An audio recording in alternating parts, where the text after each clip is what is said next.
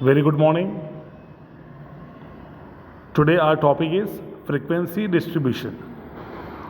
We will see its meaning and its types. हम देखेंगे frequency distribution, इसका meaning और इसके टाइप्स. सबसे पहले हम बात करते हैं इसका meaning. What is frequency distribution? In statistics, a frequency distribution is a table that displays the frequency of various outcomes in a sample. हम जो भी रिसर्च वर्क करते हैं या फिर जो भी स्टडी करते हैं उसमें हम सैम्पल चूज़ करते हैं. मतलब रिस्पॉन्डेंट्स कौन रहेंगे हमारे, हमें कौन से लोगों की स्टडी करना है ये हम चूज़ करते हैं सबसे पहले, जिसे हम कहते हैं सैम्पल. देन उनके जो आउटकम्स आते हैं, उनके जो रिजल्ट्स आते हैं, उन रिजल्ट्स को हम ऑर्गेनाइज करते हैं एक टेबल में. हम ऑर्गेनाइज करते हैं टेबल में, ग्रुपिंग करते हैं ताकि हमें डेटा एनालिसिस, डेटा इंटरप्रेट करने में थोड़ा सा इजी हो जाए. अनऑर्गेनाइज डेटा को हम स्टडी नहीं कर पाते हैं, हम उसके रिजल्ट्स नहीं निकाल सकते हैं, डिसीजंस नहीं ले सकते हैं. And it takes time to take decisions when data is unorganised. So data को ऑर्गेनाइज करना बहुत इंपॉर्टेंट है so that we can take decisions faster.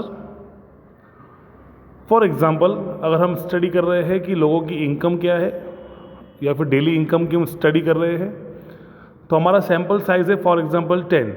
हमने 10 लोगों की स्टडी की जिसमें से किसी की इनकम 500 है डेली, किसी की 700 है, किसी की 600 है, किसी की 700, 800, 900, 1100, 1200, ऐसे अलग अलग इनकम से लोगों की डेली. अब हमने एक उसका रेंज तैयार किया है टेबल में, जिसको हम बोलते हैं कि 500 का जो इनकम है वो किसी एक का है, फिर किसी दो लोगों का इनकम 600 दिखा रहा है, किसी का इनकम 700 दिखा रहा है, किसी का इनकम जो है वो 1400 है, किसी का इनकम जो है वो 1500 है, ज़्यादा है. तो हमने एक रेंज तैयार किए, उस रेंज को हमने बनाए कि 500 to 1000 कितने लोगों की इनकम है, 3 लोगों की. 1001 से लेके 1200 तक कितने लोगों की इनकम है, 2 लोगों की. तो ऐसे जब हम डेटा को ऑर्गेनाइज करते हैं तो it is very easy to study and to arrive on a conclusion. तो इसलिए डेटा को ग्रुपिंग किया जाता है, समराइज़ किया जाता है, ऑर्गेनाइज किया जाता है एक स्टैंडर्ड टेबल में, जिसे कहा जाता है फ्रीक्वेंसी डिस्ट्रीब्यूशन. फ्रीक्वेंसी का मतलब है ऑकरेंस, कौन से नंबर्स कितने बार ऑकर हुए हैं हमारे स्टडी में, उसको बोलते हैं हम frequency. Each entry in the table contains the frequency or count of the occurrences of values within a particular group or interval, and in this way the table summarises the distribution of values in the sample. A frequency distribution shows us a summarized grouping of data divided into mutually exclusive classes and the number of occurrences in a class. It is a way of showing unorganized data. तो unorganised data को हमने organise किया है table के form में. Then उसके base पे हम ग्राफ बना सकते हैं. बहुत सारे फ्रीक्वेंसी डिस्ट्रीब्यूशन के ग्राफ बनते हैं, पाई चार्ट बनता है, लाइन ग्राफ बनता है. बहुत सारे ग्राफ के थ्रू हम उसको प्रेजेंट कर सकते हैं डेटा को. Example said to show results of an election, income of people for a certain region, sales of a product within a certain period, student loan amounts of graduates, etc. Some of the graphs that can be used with frequency distributions are histogram, line charts, bar charts, pie charts. In charts को भी use करते हैं to show information और data.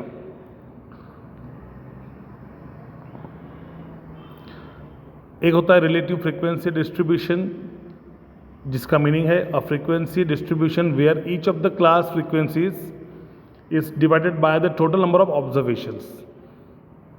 तो first column में आप देख सकते हैं कि यहाँ पे गिवन है selling price of vehicles sold last month in $1000.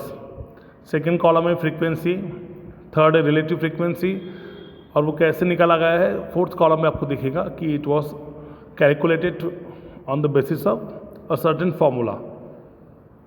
तो सबसे पहले कॉलम में गिवन है आपको रेंज कि 15 अप टू 18, इस रेंज में, इस प्राइस की रेंज में कितनी गाड़ियाँ बेची गई, वो है 8। 18 टू 21 की रेंज में 23 व्हीकल्स वेयर सोल्ड। 21 टू 24 की रेंज में 17 जो है वो गाड़ियाँ बेची रही। 24 टू 27 18, 27 टू 30 की जो प्राइस की रेंज है उसमें 8 गाड़ियाँ बेची गई। देन 30 टू 33 की रेंज में 4 गाड़ियाँ, एंड 33 टू 36 में इट इज़ 2। टोटल फ्रीक्वेंसी 80, हमने टोटल 80 गाड़ियाँ बेची हैं। अब हमको ये बताना है कि जो हमने 15 टू 18,000 के रेंज में गाड़ियाँ बेची है 8, उनकी फ्रीक्वेंसी कितनी है, तो हमने वो कैलकुलेट किया है 8 डिवाइडेड बाई 80, देन 23 अपॉन 80। इस तरह से आप रिलेटिव फ्रीक्वेंसी निकाल सकते हैं हर एक वैल्यू की।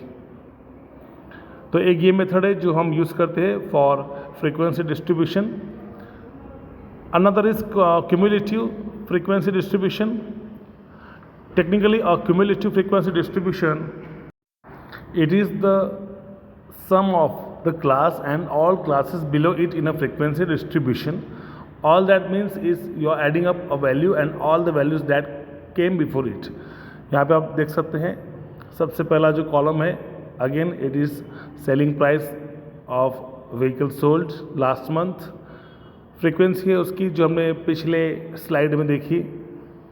अब क्यूमुलेटिव फ्रीक्वेंसी के लिए आपको क्या करना है कि आपको हर क्लास को आगे आने वाले नंबर्स में ऐड करते जाना है, like 8 plus 23 31, 31 plus then 17 it is 48।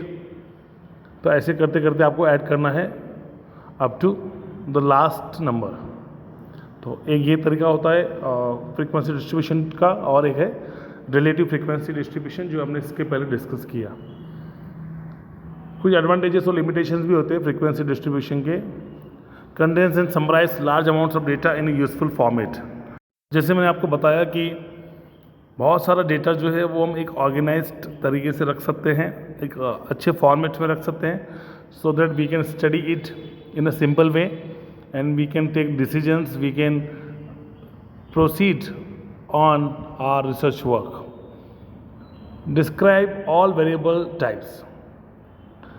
Facilitate graphical representation of data. तो हम ये जो डेटा कलेक्ट करते हैं, ऑर्गेनाइज करते हैं, इसके बाद हम इसे किसी पर्टिकुलर ग्राफ के थ्रू भी प्रेजेंट कर सकते हैं। Begin to identify population characteristics. Permit cautious comparison of data sets. तो हम डेटा को कंपेयर भी कर सकते हैं। यहाँ पे जब हम ग्राफ पे रखेंगे तो it is very easy to compare data.